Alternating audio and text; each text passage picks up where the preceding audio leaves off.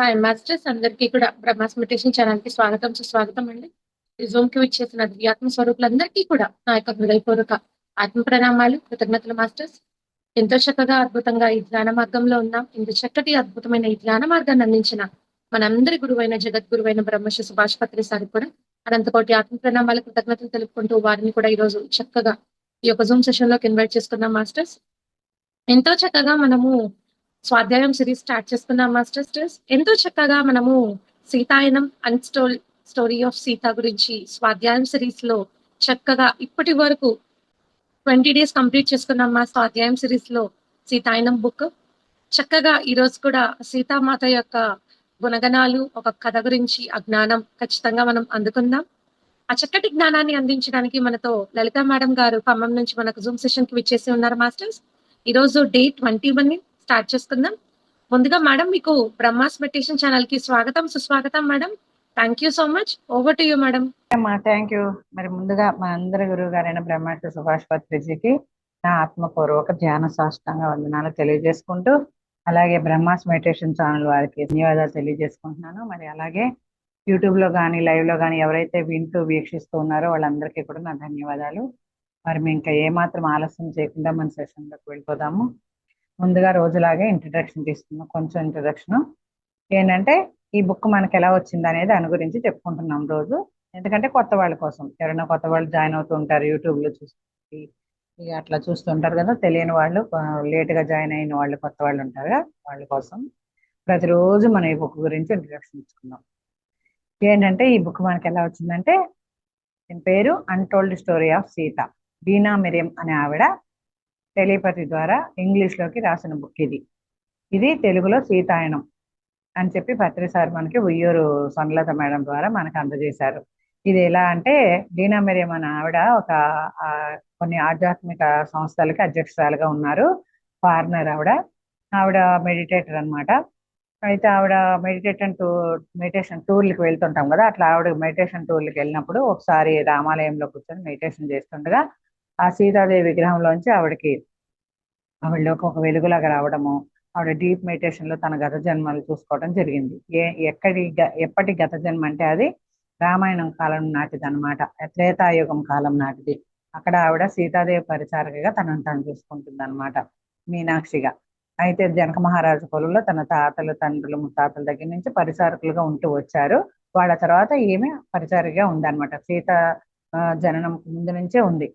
అయితే తర్వాత సీతాదేవి పుట్టడము, తర్వాత ఆమె పెరిగి పెద్దవడం, విద్యాభ్యాసం గురుకులంలో, ఆ తర్వాత ఆమె స్వయంవరము, వివాహము, ఇదంతా కూడా జరిగి అయోధ్యకి వెళ్తుంది అనమాట రాముల వారితోటి. అట్లా వెళ్ళినప్పుడు వీళ్ళందరూ కూడా, ఈ మీనాక్షి ఇంకా నలుగురు ఉంటారు, సోమ, ఉసన్, వీళ్ళందరూ ఉంటారనమాట, ఉషా, వీళ్ళందరూ. అయితే వాళ్ళందరూ కూడా వెళ్తారు నలుగురు. అలా వెళ్ళినప్పుడు అక్కడ ఒక ఆవిడేమో బంధువుల దగ్గరికి వెళ్ళిపోతుంది, ఏదో సుస్థిగా ఉండి వాళ్ళకి. ఒక ఆవిడేమో ఉషా అనే ఉషా వెళ్ళిపోతుంది, రోహన చనిపోతుంది. ఇక సోమ ఉంటది అనమాట. సోమ మీనాక్షి కూతురు లాగా అంత వయసు ఉంటుంది అనమాట సోమకి.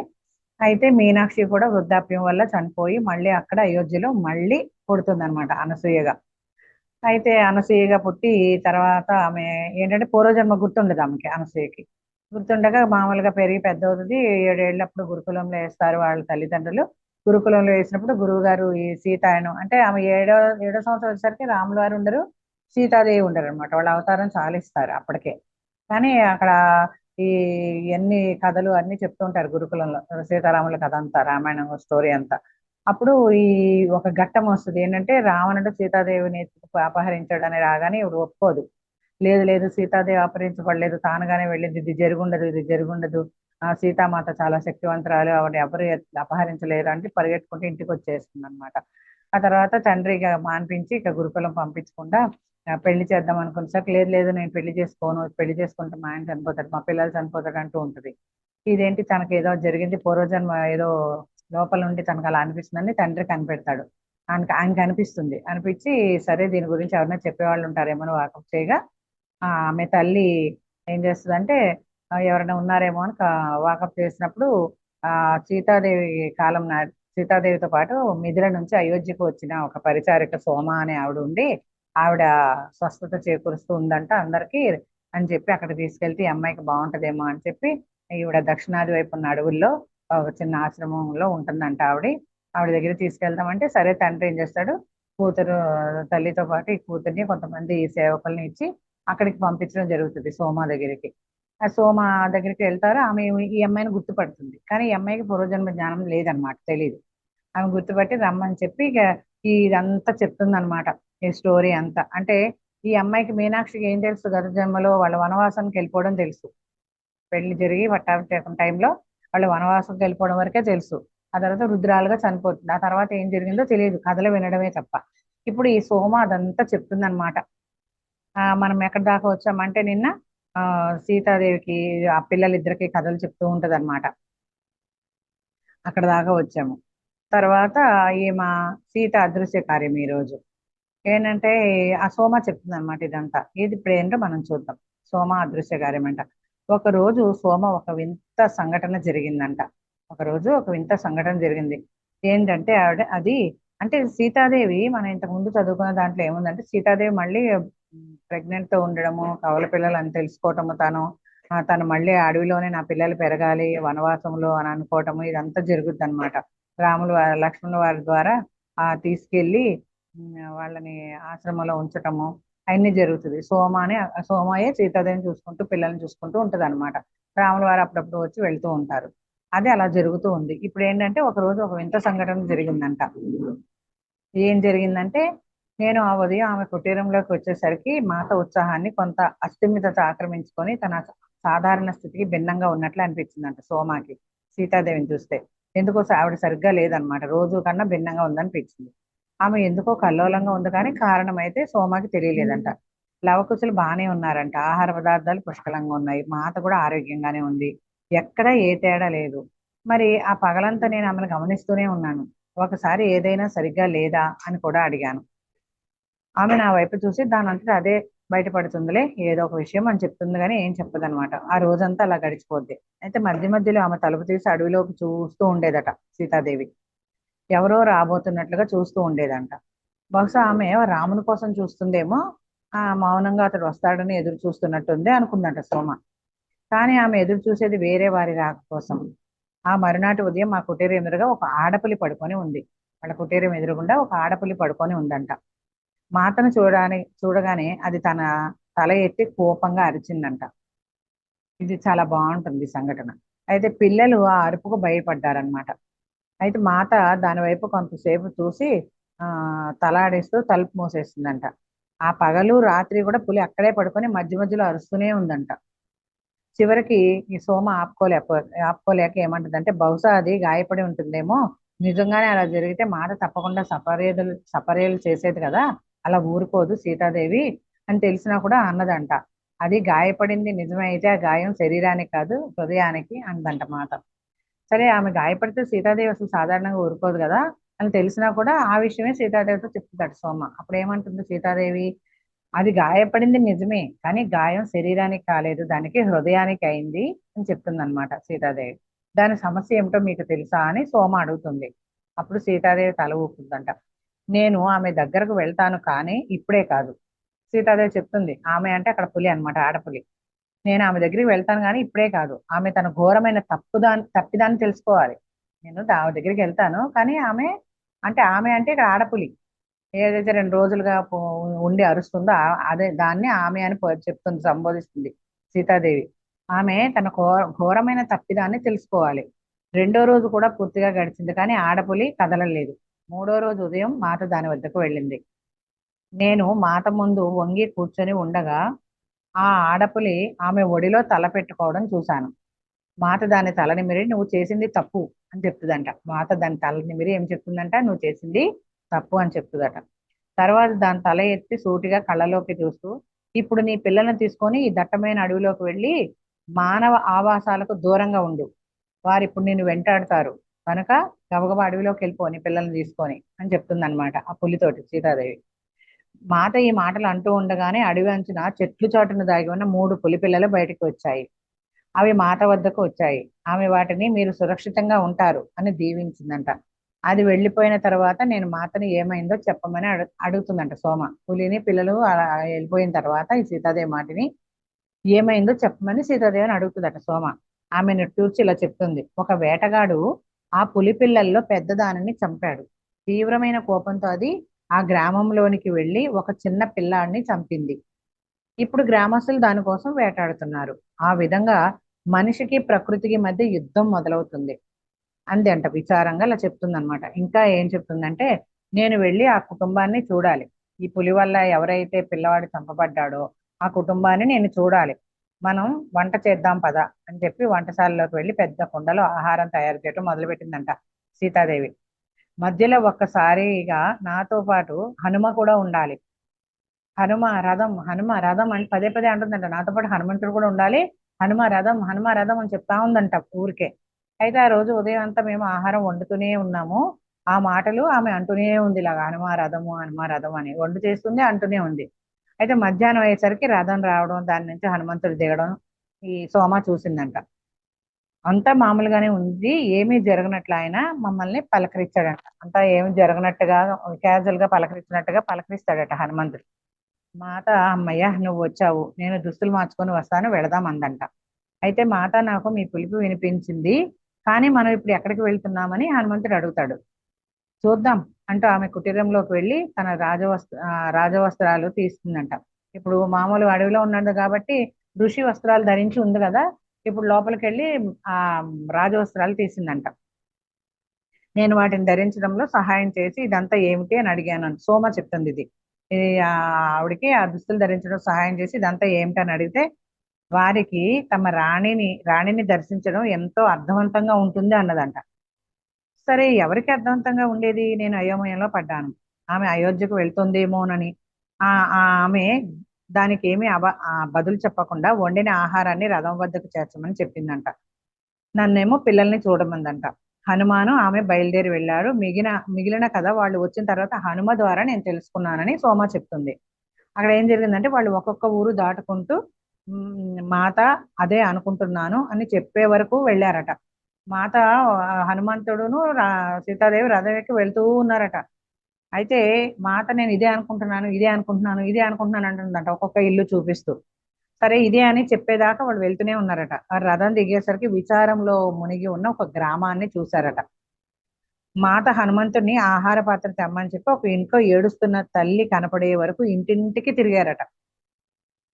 అక్కడ మాత హనుమంతుడితో మెల్లగా, ఒక వేటగాడు పులిపిల్లను చంపగా ఆ పులి కోపంతో ఈ స్త్రీ కొడుకును చంపింది. ఇప్పుడు ఈ గ్రామస్తులు ఆ పులిని వేటాడుతున్నారు, నేను దానిని ఆపాలి అని చెప్పిందంట. మాత ఆ గుడిసె తలుపు ముందు వారు పిలవటం కోసం ఎదురు చూస్తూ నిలబడిందంట. ఎవరైతే ఆ పులివాత పడ్డారో పిల్లవాడు వాళ్ళ తలుపు ముందు నిలబడి వాళ్ళు పిలవడం కోసం ఎదురు చూస్తూ నుంచుందంట సీతాదేవి. అప్పుడు ఆ కుమారుని కోల్పోయిన స్త్రీ వేదన అంతా మాత ముఖంలో ప్రతిఫలించిందని హనుమంతుడు సోమతో చెప్పాడట. ఆమె భర్త తమ తలుపు వద్ద నిలబడి ఉన్నది మహారాణి అని గుర్తించి గబగబా వచ్చి మాత పాదాలపై పడి క్షమాపణ కోరాడట. మేము మా చిన్న కుమారుణ్ణి కోల్పోయాము, మిమ్మల్ని సాదరంగా ఆహ్వానించలేనందుకు మన్నించండి మహారాణి అని చెప్తాడనమాట. నేను ఆ సంఘటన గురించి విని కొంత ఆహారం తెచ్చాను, నన్ను మీ భార్య వద్దకు తీసుకువెళ్ళండి. నాకు మీ సంఘటన తెలిసింది, దాని గురించి విన్నాను, అందుకని కొంచెం ఆహారం తెచ్చాను, నన్ను మీ భార్య వద్దకు తీసుకెళ్ళండి అని చెప్తుంది అనమాట. అతను హనుమంతుడిని మాతను లోపలికి పిలుస్తాడు. హనుమ ఆహార పాత్ర తేగా మాత దానిని ఆ ఏడుస్తున్న తల్లి పక్కన ఉంచింది. తన ముందు నిలబడి ఉన్నది మహారాణి అని ఆమె గుర్తించినప్పుడు కన్నీళ్లు తుడుచుకొని, మిమ్మల్ని ఆహ్వానించవలసిన విధంగా ఆహ్వానించినందుకు మన్నించండి అన్నదట ఆ స్త్రీ. మాత ఆమె వైపు కరుణతో చూసి మాట్లాడింది, నీ బాధను పోగొట్టగలిగేది ఏదీ లేదు, నేను కూడా ఒక తల్లినే, అందుకే నీ హృదయంలో లోతుగా తగిలిన గాయాన్ని తెలుసుకోగలిగాను. కానీ నీ కోసం నేను స్వయంగా వండి తెచ్చిన ఆహారాన్ని స్వీకరించు, అప్పుడు కాస్త తేలిక పడతావు. మాత దానిలో కొన్ని ప్రత్యేక మూలికలు, ఉద్వేగాన్ని ఉపశమించ చేసే కొన్ని మూలికలు వేసి తయారు చేసిందంట ఆ వంటని. అయితే దానిని ఆ మూలికలు కూడా వేసిందట, ఉద్వేగాన్ని తగ్గించగలిగే మూలికలను కూడా వేసిందట ఆ ఆహారంలో. ఆమెకు ఆహారం వడ్డించగా ఆమె తిని 4 రోజులుగా నిద్ర లేకపోవడంతో మాత చూస్తుండగానే నిద్రపోయిందంట ఆ స్త్రీ. మీరేం చేశారో నాకు తెలియదు, కానీ నేను మీకు ఎప్పటికీ కృతజ్ఞుడై ఉంటాను అన్నాడట ఆమె భర్త. మీరు ఇది అంతా ఏం చేస్తున్నారో, అసలు ఎందుకు వచ్చారో, ఏం చేస్తున్నారు నాకేం తెలియట్లేదు, కానీ నేనైతే మీకు ఎప్పటికీ కృతజ్ఞతుడుగా ఉంటాను అని చెప్తాడట ఆమె భర్త. 4 రోజుల క్రితం బిడ్డ చంపబడినప్పటి నుంచి ఆమె భోజనం చేయలేదు, నిద్రించలేదు. అతను మా ముగ్గురు పిల్లల్లోకి చిన్నవాడు, ఒకే కొడుకు. ఆమెకు ఎంతో ప్రియమైన వాడు. ఆమెకు ఆ కొడుకు ఎంతో ప్రియమైన వాడు. ముగ్గురు పిల్లలట. చివరి వాడు చిన్నవాడట, ఆ పిల్లోడు చంపబడిన వాడు. అయితే ఈ అమ్మాయికి ఎంతో ప్రియమైన వాడట. మాట విచారంతో ఈ మాటలు వింటూ ఉందంట అతను చెప్తుంటే. తర్వాత అతడు, రాత్రికి మీరు ఎక్కడ ఉంటారు మహారాణి అని అడిగినప్పుడు మాత దాని గురించి ఆలోచించలేదంట. వారి ఆశ్రమం నుంచి చాలా దూరం వరకు వచ్చేసారట. చీకటి పడిపోయిందంట. సీత ఏమో హనుమంతుడి వైపు చూస్తుంది, వెళ్ళగలమా అంటూ. కానీ అతడు తలాడిస్తూ ఉదయం వరకు వేచి ఉండడం మేలు అని చెప్తారు హనుమంతుడు. అని ఆమె అడగని ప్రశ్నకు మెల్లగా బదిలిచ్చాడట. మనం ఇలా చూస్తుంది అంతే, ఏంటి ఏం చేద్దాం అన్నట్టుగా. ఆమె అడగదు, కానీ ఈ హనుమంతుడే సమాధానం చెప్తాడు. ఇక్కడ రాత్రి అయిపోయింది కాబట్టి మనం ఇప్పుడు వెళ్ళడం కుదరదు, ఇక్కడే ఉండడం మేలు అన్నట్టుగా ఆమె అడగకపోయినా సమాధానం చెప్తాడనమాట. అయితే ఆ అతను గబగబా, మీరు అనుమతిస్తే గనక గ్రామ పెద్ద వద్ద మీరు ఉండడానికి ఏర్పాట్లు చేస్తాను అన్నాడంట. ఎవరు? ఆ స్త్రీ యొక్క భర్త. మేము మిమ్మల్ని తేలికపరచడానికి వచ్చాము అని బదిలిస్తుంది అనమాట సీత. మా సౌకర్యం గురించి విచారించవద్దు, మేము మిమ్మల్ని తేలికపరచడానికి వచ్చాం, మా సౌకర్యం గురించి వచ్చి మీరు విచారపడకండి. అయితే నీ భార్యని ఈ స్థితిలో వదిలి వెళ్ళడానికి నేను సంకోచిస్తున్నాను. సరే, మనం ఈ రాత్రికి ఇక్కడే ఉంటే ఆమెకు మెలకు వచ్చినప్పుడు ఆమెతో మాట్లాడవచ్చు అని మాత తలుపు వైపుగా తిరగగా గ్రామస్తులు తొంగి చూడడం కనపడిందంట. వారందరూ మహారాణిని చూడటానికి వచ్చారనమాట. ఆమె తలుపు వద్దకు వెళ్ళగా వారు ఆమె వెళ్ళడానికి దారి ఇచ్చి ఒక్కొక్కరు వంగి ఆమె పాదాలకి నమస్కరిస్తారట. అయితే వారు ఎంతో మర్యాదగాను గౌరవపూర్వకంగాను ఉన్నారట. మెల్లగా అన్నాడట హనుమ మాతతోటి, మనం ఆడపుల్ని పట్టుకొని చంపుదాం. ఒక మనిషి వెనుక నుంచి అరిచాడట, మనం ఆడపుల్ని పట్టుకొని చంపేద్దామని. బహుశా అది మహారాణికి ప్రియం కలిగించవచ్చు అని. అయితే మాత ఆగి, మాట్లాడింది ఎవరా అని చూసిందంట. గ్రామ పెద్దలాగా కనిపిస్తున్న ఒక వ్యక్తి ఆ గుంపు మధ్యలో నిలబడి ఉండడం చూసింది. మీరు ఆ విధంగా చేస్తే మరింత హింస కొనసాగుతుంది. ఆ చంపటాన్ని ఇక ఆపండి. గుంపు మౌనం వహించింది. కానీ మహారాణి, ఇప్పుడు మేము ఆ క్రూర జంతువును చంపకపోతే అది మళ్ళీ చంపుతుంది అని అంటారనమాట. నేను ఆ ఆడపులని కలుసుకున్నాను అని మాత చెప్తుందన్నమాట. ఒక వేటగాడు దాని పిల్లని చంపాడు. అది కోపంతో దాని ప్రతీకారాన్ని అది తీర్చుకుంది. ఒక అమాయకపు బాలుని చంపింది. నేను దానిని కీకారణ్యంలోకి పంపివేశాను. అది ఇంకా మళ్ళీ చంపదు. దాన్ని అలా ఉండనివ్వండి. మీరిద్దరూ బాధపడ్డారు, సరిపోయింది. అది బాధపడింది, మీరు బాధపడ్డారు, ఇద్దరు బాధపడిపోయారు అని అక్కడితో ఆపేయండి అని చెప్పి, ఇంకా అది మిమ్మల్ని ఏం చేయదు, ఇద్దరు కూడా బాధపడ్డారు అని చెప్తుంది అనమాట సీతాదేవి. ఆ మనిషి బదులు పలకలేదంట. మాత హనుమ ఆ రాత్రి గడపడానికి అనువైన స్థలం కోసం వెతుకుతూ వెళ్ళారట. మాతను ఈ సీతాదేవి హనుమ ఎక్కడైనా గడుపుతారేమో అనువైన స్థలం కోసం వెళ్తారనమాట. ఉదయాన్నే మాత తన సగం నిద్ర నుంచి మేలుకొని బయటకు రాగా నిన్న మాట్లాడిన వ్యక్తి నాయకత్వంలో కొందరు గ్రామ పెద్దలను చూసిందట. వారందరూ ఆ పులిని వెతకటానికి వెళ్లేందుకు సిద్ధంగా ఉన్నారట. మాత వారి దగ్గరకు వెళ్ళి మళ్ళీ బ్రతిమాలిందంట. కానీ వారు వేటకు వెళ్ళి తీరాల్సిందే అని అన్నారంట. అయితే మన్నించండి మహారాణి, మేము ఎంత బాధకు గురి అయ్యామో మీకు తెలుసు. గ్రామంలో ఇంకో బిడ్డను పోగొట్టుకోవడానికి మేము సిద్ధంగా లేము. మాత వారికి ఏం చెప్పాలని ఆలోచిస్తూ నిలబడి ఉండగా ఆ గ్రామ స్త్రీలు వలయంగా వారిని చుట్టుముట్టారంట. ఏమిటిది అని పెద్దలు అడుగుతారనమాట. మనల్ని ఓదార్చడానికి మన మహారాణి అంత దూరం నుంచి వచ్చారు, ఆమె అభ్యర్థనని మీరు తోసిపుచ్చడాన్ని మేము అనుమతించము, మేము మిమ్మల్ని ఇక్కడి నుంచి కదలనివ్వము అని చెప్పారనమాట. ఎటువైపు వారు స్త్రీలు గాని పురుషులు గాని కదలలేదట. హఠాత్తుగా పిల్లవాడిని కోల్పోయిన స్త్రీ గుడిసె నుంచి బయటకు రావడం మాత చూసిందంట. ఒక్క నిమిషము.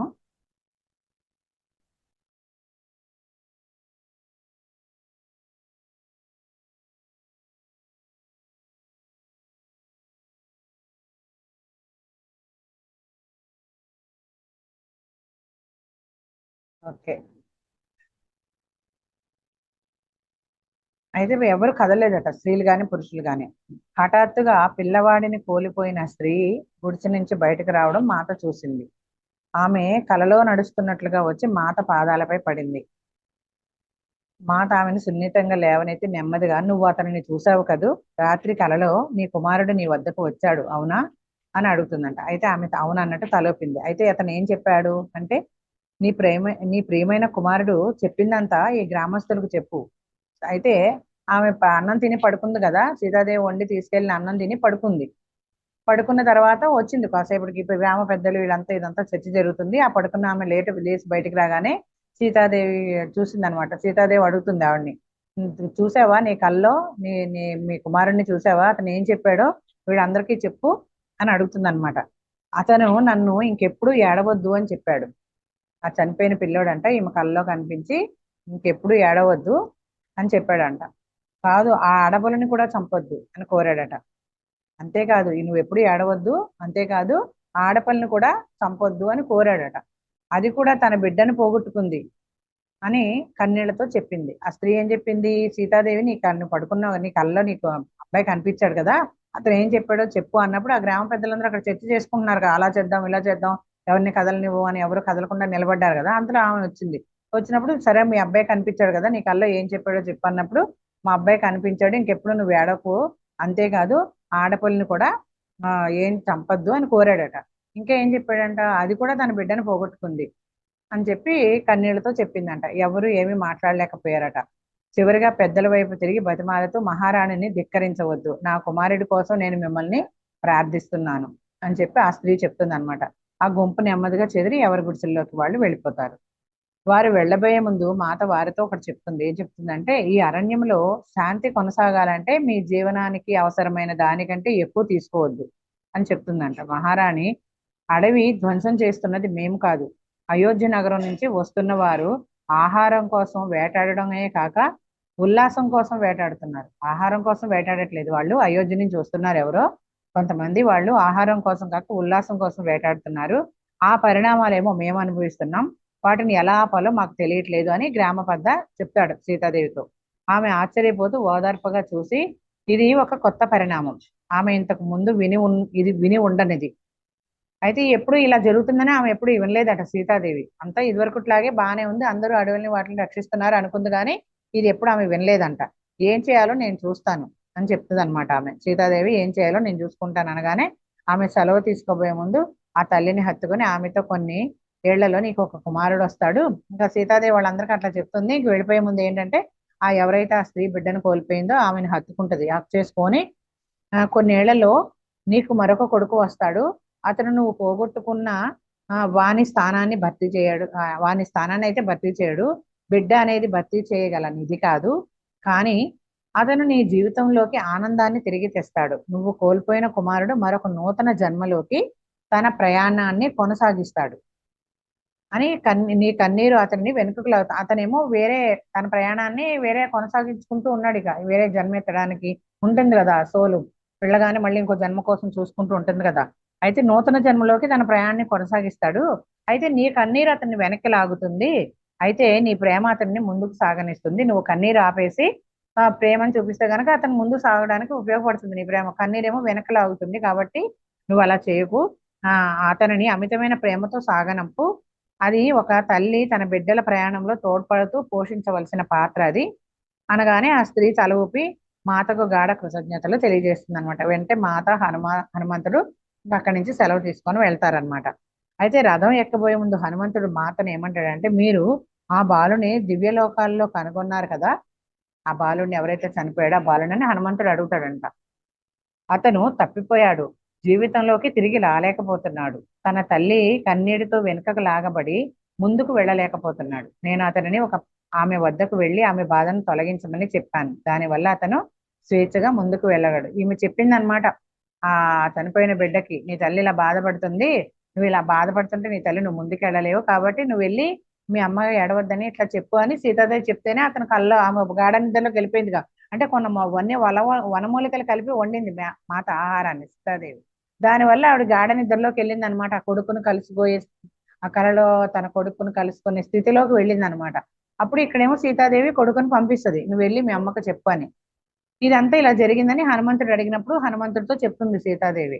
అలా స్వేచ్ఛగా అలా చేయబట్టే అతను ముందుకు వెళ్ళగలడు, అంతేకాక తనను చంపిన ఆడపిల్లని కూడా రక్షించగలడేమో చూడమన్నాను. అతను దానికి అంగీకరించాడు. అతను కూడా ఒకనొక వివేకవంతుడైన ఆత్మ, తిరిగి మంచి జన్మ తీసుకుంటాడు అని సీతాదేవి హనుమంతుడు అడిగిన దానికి సమాధానం చెప్పుద్ది. అయితే సీతాదేవి తిరిగి వచ్చేసరికి గాఢ నిశ్శబ్దం అలుపుకుందంట. దానితో నేను సోమ చెప్తుంది. ఇప్పుడు సీతాదేవి అక్కడి నుంచి తిరిగి కుటీరానికి వచ్చినప్పుడు అది గాఢ నిశ్శబ్దం అనేది అలములుకుందంట, అక్కడ అంత సైలెంట్ గా ఉందంట. దానితో ఇక ఏ ప్రశ్నలు అడగలేదు నేను అని అంటుంది సోమ.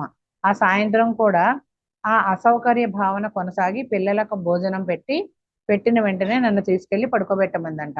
ఇంక ఈ అమ్మాయి కూడా వాళ్ళ పరిస్థితి చూసి ఏం మాట్లాడలేదంట. సరే నిశ్శబ్దంగా ఉంది వాతావరణం ఏదో అని అనగానే ఇక పిల్లల్ని తీసుకొని భోజనం పెట్టి వీళ్ళని పడుకోబెట్టని సోమకి అప్పచెప్పుద్ది అనమాట. సరే ఆ పడుకోబెట్టమంది. ఆ రాత్రంతా నిద్రపోలేదు. ఆమె ఏదో విషయం ఆలోచిస్తున్నట్లుగా ఉంది. నేను పొద్దున్న లేచి ఆమె కుటీరంలోకి వెళ్ళేసరికి ఆమె లేదంట, సీతాదేవి. రాత్రంతా ఆలోచిస్తూ ఉంది. పొద్దున్న వెళ్ళేసరికి కుటీరంలో కూడా లేదు. హనుమాన్ ఏమో ద్వారం వద్ద ఉన్నాడంట. నేను అతని వద్ద గబగబా వెళ్ళి మాతను చూసావా అని అడిగితే ఆయన తన వేలు అడవి వైపు చూపించాడంట. అట్లా మాత అక్కడ ఒక చెట్టు కింద ధ్యాన స్థితిలో ఉందట. అట్లా చూపించగానే సీతామాత ఒక చెట్టు కింద ధ్యాన స్థితిలో ఉండిపోయిందంట. ఆమె బయటకు ఎప్పుడు వచ్చింది అని అడిగితే అర్ధరాత్రి నేను బయట నిద్రిస్తుండగా ఆమె కుటీరాన్ని వదిలి అడవిలోకి వెళ్ళడం చూశాను. నేను ఇక్కడే ఉండి ఆమెను గమనిద్దామని అనుకున్నాను. ఆయన నిన్న ఏం జరిగింది హనుమ అని చెప్పేసరికి ఆమె వచ్చేసరికి ఆలోచనలో ఉన్నట్టుంది అని చెప్తుంది అనమాట. ఆమె వచ్చేసరికి ఆలోచనలో ఉన్నట్టుంది. ఏం జరిగింది హనుమాన్ నిన్న అని అడగగానే అప్పుడు హనుమ నాకు జరిగిందంతా ఈ విషయం అంతా చెప్పాడనమాట. ఇదంతా సోమ ఇలా జరిగిందని చెప్తుంది. తిరిగి వచ్చేటప్పుడు ఆమె నాతో ఎక్కువ మాట్లాడలేదు. రాబోయే దానిని తను చూసిందని తప్ప ఆ అని హనుమాన్ చెప్తాడంట. ఏం జరిగిందంటే వచ్చేటప్పుడు అసలు మాట అయితే ఏం మాట్లాడలేదు నాతో. ఈ రాబోయే దాన్ని అంతా తను చూసిందని చెప్పింది తప్ప ఇంకేం చెప్పలేదు అని చెప్తాడనమాట. క్రితం రోజు విషయాలు జ్ఞాపకం చేసుకుంటూ మనిషికి మిగతా ప్రకృతికి మధ్య వేర్పాటు జరుగుతుంది. దానివల్ల మిగిలిన జీవరాశులన్నీ ప్రమాదంలో పడతాయి. ఆమె అది చూసింది. రాబోయే వినాశనాన్ని బాధను చూసింది అని చెప్పి అతను ఇట్లా చెప్పాడనమాట. నువ్వు చేయవలసిన వాటి పట్ల జాగ్రత్తగా ఉండు సోమ. నేను ఇక్కడే ఉండి ఆమె స్థితి నుంచి బయటకు వచ్చే వరకు ఎదురు చూస్తూ ఉంటాను అన్నాడు అనమాట. అయితే సీతామాత కొన్ని రోజులు పాటు ధ్యానంలోనే ఉండిపోయిందంట. ఆమె ఎందుకు ఇలా ఉందా అనుకుంటూ హనుమను అయోధ్యకు వెళ్లి శ్రీరామునికి ఆమె పరిస్థితి గురించి తెలియజేసిరా. ఏంటి ఆమె ఎన్ని రోజులు ధ్యాన స్థితిలో ఉండిపోయింది, ఏం జరిగిందో తెలియట్లేదు, నువ్వు వెళ్ళి రాముల వారిని తీసుకురా అని హనుమంతుడికి చెప్తుంది అనమాట సోమ. ఆయన ఇప్పటికే ఆమెతోనే ఉన్నాడు అని చెప్పి తేలిగ్గా చెప్పాడంట. ఆయనకు అన్నీ తెలుసు అనమాట హనుమంతుల వారికి కూడా. ఆయన ఎప్పటికీ ఆమెతోనే ఉన్నాడు, నేను వెళ్ళి తీసుకురావట్లేదని తేలిగ్గా తీసిపడేస్తాడు అనమాట, చెప్తాడు. నువ్వేమంటున్నావు, ఆయన వచ్చారా, నేను శ్రీరాముని జాడ కోసం చుట్టూ చూశాను అంటే శ్రీరాముడు నిజంగా భౌతికంగా వచ్చిందేమో ఆమె చుట్టూ చూస్తూ ఉందంట. హనుమంతుడు నవ్వుతాడు అనమాట. మొట్టమొదటి రోజే ఆమె ధ్యానంలోకి వెళ్ళిన కొంచెం సేపటికే ఆయన రావడం నేను చూశాను. ఆమె ఆయనను పిలిచిందో లేక ఆయనే ఆమెను పిలిచాడో నాకు తెలియదు, కానీ ఆయన మాత్రం ఆమె దగ్గరకు నడిచి ఆమె చేతిని పట్టుకొని శరీరం నుంచి బయటకు లేపాడంట. వారిద్దరూ అడవిలోకి వెళ్ళటం అంటే హాస్టల్ గా అనమాట. రాముడు హాస్టల్ గానే వచ్చాడు, భౌతికంగా ఉండే సీతామాత నుంచి హాస్టల్ గా ఆమె శరీరాన్ని బయటకు తీసుకెళ్లాడు అనమాట చేయి వేసి. ఇద్దరు అడవిలోకి వెళ్ళడం నేను చూశాను. నేను కూడా వారిని అనుకరించకపోతే మాత వద్దని వారించింది. అప్పుడు వారు ఎక్కడికి వెళ్తున్నారు, దారిలో ప్రతి భాగాన్ని ఆశీర్వదిస్తూ తమ వనవాసంలో వారు ప్రయాణం చేసిన భాగాలన్నిటికీ కలిసి నడుస్తూ వెళ్తున్నారట. ఇంతకుముందు ఎప్పుడైతే వనవాసంలో ఏమేమి ప్రాంతాలకు వెళ్ళారో అవన్నీ చూసి స్పర్శిస్తూ నడుస్తూ ఉన్నారట, ఆ ప్లేసులన్నీ ఆశీర్వదిస్తూ. అయితే దారిలో ప్రతి భాగాన్ని ఆశీర్వదిస్తూ తమ వనవాసంలో వారు ప్రయాణం చేసిన భాగాలన్నిటినీ కలిసి నడుస్తూ ఉన్నారట. అంతేకాదట, విదేశీ భాగాలలోను కూడా, భూమిపై సుదూర ప్రాంతాల్లోనూ కూడా ప్రయాణిస్తూ ఉన్నారు వారు. అక్కడ పొలం గాని, అడవి గాని, లోయ గాని, నది గాని, సముద్రం గాని, పర్వతం గాని, భూమిపైన సీతారాముల పాదముద్రతో ఆశీర్వదించబడని ప్రాంతమే ఉండకూడదు. వారు తమ ప్రేమను భూమిపై ప్రతి అణువులోనూ చొప్పిస్తున్నారట, వాళ్ళ ప్రేమని వాళ్ళ తిరుగుతూ. అసలు వాళ్ళు ప్రేమ చొప్పించిన ప్లేసే లేదట. అయితే ఇదంతా హనుమంతుల వారు చెప్తున్నారు ఎవరికి, సోమ అడిగినప్పుడు. వారు వదిలి వెళ్లే బహుమతి ఇదే, వారు ఇక్కడ వదిలి వెళ్లే బహుమతి అది ఒక్కటే, ప్రేమ మాత్రమే అని చెప్తున్నారు. ముందున్నది ఏదో మాత చేసేసింది కనుక వారు ఇలా చేస్తున్నారు. హనుమ మాట్లాడేటప్పుడు గొప్ప ప్రేమ భక్తి తొణికిసలాడాయంట అతని మాటల్లో. వారి ఈ భూమిని వదిలేటప్పుడు నేను వారి పాదముద్రలు ఎక్కడికి తీసుకువెళ్తే అక్కడికి వెళ్తాను. సీతారాములు ఈ భూమిని వదిలి వెళ్ళేటప్పుడు వాళ్ళ పాదముద్రలు గనక ఎక్కడి దాకా తీసుకెళ్తాయో నేను అక్కడి దాకా వెళ్తాను. భూమాత శరీరంపై వారు వదిలే ప్రతి ముద్రకు నేను సాగిల పడతాను అని చెప్పి హనుమంతుడు చెప్తున్నాడు అనమాట. కానీ ఈ అమ్మాయికి సోమకి ఏమీ అర్థం కావట్లేదంట. హనుమ ఆ మాట అక్కడే కూర్చొని ఉంది, ఆమె భూమిని ఎలా చుట్టి రాగలదు అని చెప్పి అడుగుతుంది. ఇతను మళ్ళీ నవ్వుతాడు ఆంజనేయ స్వామి. నవ్వి ఏం చెప్తాడంటే, అయోధ్యలో కూడా ఆయన తన ధ్యానపు గదికి తాళం వేశాడు. అయోధ్యలో కూడా రాముడు అక్కడ లేడు, తాళం వేసుకున్నాడు. అయినా నేను వారిద్దరిని భౌతిక శరీరాలతో సెలవు తీసుకోవటం చూశాను. అది శ్రీరాముడు సీతామాతల మర్మం. అంటే వాళ్ళలో ఉన్న రహస్యం ఇదే. వారు తమ భౌతిక రూపాలకే కట్టుబడి లేరు. అవసరమైతే ఒకేసారి వారు అనేక రూపాలు ధరించగలరు. అయితే అలా అని హనుమ మాట్లాడుతూ ఉండగా నేను ఆకాశం మేఘావృతం కావడాన్ని చూసి వర్షం వస్తుందేమోనని భయపడిందంట సోమ. అప్పటికి ఇంకా వేసవిగానే ఉండడం ఉందన్నమాట. కానీ నేలేమో బీటలు వారడం వల్ల వర్షం కోసం ఎదురు చూస్తూ ఉన్నామా అని చెప్తుంది. హనుమ వాటి రాకను గమనించి వద్దు ఇంద్రదేవ, మాత శరీరానికి హాని కలిగించవద్దు అని హనుమంతుడు, వర్షం వస్తుందేమో అని హనుమంతుడు ఇంద్రదేవుడిని అడుగుతాడనమాట. నువ్వు వాన కురిపించొద్దు, మాతకి ఏమన్నా హాని కలిగించవద్దు అని చెప్పగానే వెంటనే మేఘాలు అదృశ్యమైపోయినాయి అంట. అయితే ఏమంటుంది, హనుమ ఈ నీటి కోసం వృక్షాలు జంతువులు ఎంతో కాలంగా ఎదురు చూస్తున్నాయి. మనం దాన్ని ఆలస్యం చేయడం మాతకి ఇష్టం ఉండదు. మనం ఏం చేద్దాం ఇప్పుడు అని సోమ హనుమంతుల వారిని అడుగుద్ది. ఆయన ఏమంటున్నాడంటే, తలవపి నువ్వు చెప్పింది నిజమే సోమ. ప్రకృతి చర్యల్లో కలగజేసుకోవడం ఆమెకి ఇష్టం ఉండని మాట నిజమే. నేను దాని గురించి ఆలోచిస్తాను అన్నాడంట. వెంటనే పెద్ద వాన కురిసిందంట అక్కడ. ఎందుకంటే ప్రకృతిని చెప్తారు కదా ప్రతిసారి కూడా, ప్రకృతి పని ప్రకృతి, మన పని మనది, మనం ఎవరం ప్రకృతిని ఇలా ఉండని చెప్పడానికి అని చెప్పి చెప్తారు. ఇక్కడ అదే జరిగిందనమాట. అట్లా అనుకోగానే హనుమంతుడు వాన కురిసిందంట, పెద్ద వాన. అయితే మాత గాని ఆమె చుట్టూ ప్రదేశం గాని పూర్తిగా పొడిగానే ఉన్నాయంట. ఒక్క చుక్క కూడా అక్కడ పడలేదట. అప్పుడు నేను హనుమ యొక్క గొప్ప శక్తుల గురించి తెలుసుకున్నానని సోమ చెప్తుందనమాట. ఎన్ని రోజుల తర్వాత మాత తిరిగి స్పృహలోకి వచ్చిందో నేను చెప్పలేను గాని ఆమె మేల్కొనేసరికి చుట్టూ అద్భుతమైన కాంతి ప్రవేశించిందంట. ప్రతిరోజు నేను ఆమె దగ్గర పళ్ళ బుట్ట నీరు ఉంచేదాన్ని. ప్రతి సాయంత్రం జంతువులు వచ్చి వాటిని స్వీకరించేవి. మాత ఎప్పుడు లేస్తుందో, సీతాదేవి ఎప్పుడైనా లేస్తే ఆ పళ్ళు తిని కాస్త పాలు తాగుతుంది కదా అని రోజు పట్టుకెళ్ళి అక్కడ ఉంచేదంట ఆవిడ. కానీ ఆ జంతువులు వచ్చి వాటిని తీసుకున్నాయంట. అది చూసి మాత ఎంత సంతోషిస్తుందో అనుకోవటమే కాక ఆమె ఆరోగ్యం గురించి విచారించేదాన్ని. అయితే అవి తినడం చూసి మా సీతాదేవి సంతోషిస్తుంది. దాంతో పాటు మరి సీతాదేవి పరిస్థితి ఏంటని విచారిస్తూ ఉండేదట సోమ. ఆమె ధ్యాన స్థితి నుంచి లేచి కుటీరంలోకి వచ్చేటప్పుడు మాత్రం ఆమె శరీరం దృఢంగా రోజు తింటూ తాగుతూ ఉన్నట్లుగానే ఉందంట. అసలు ఆమె ఎన్ని రోజుల తరబడి ఉందో ఆమెకే తెలియదు. కానీ ఆమె ఏమైతే రోజు తినేవాళ్ళు, ఆ ఆహారం పనీళ్లు తాగేవాళ్ళు ఎలా ఉన్నారో అలాగే ఉన్నదట సీతాదేవి తిరిగి కుటీరంలోకి వచ్చేటప్పటికి. అయితే ఆమె శరీరం దృఢంగా రోజు తింటూ తాగుతున్నట్లుగానే గమనించాను. అన్ని రోజుల ఉపవాసం తర్వాత కూడా ఆమె కొంచెం కూడా బలహీనపడలేదు.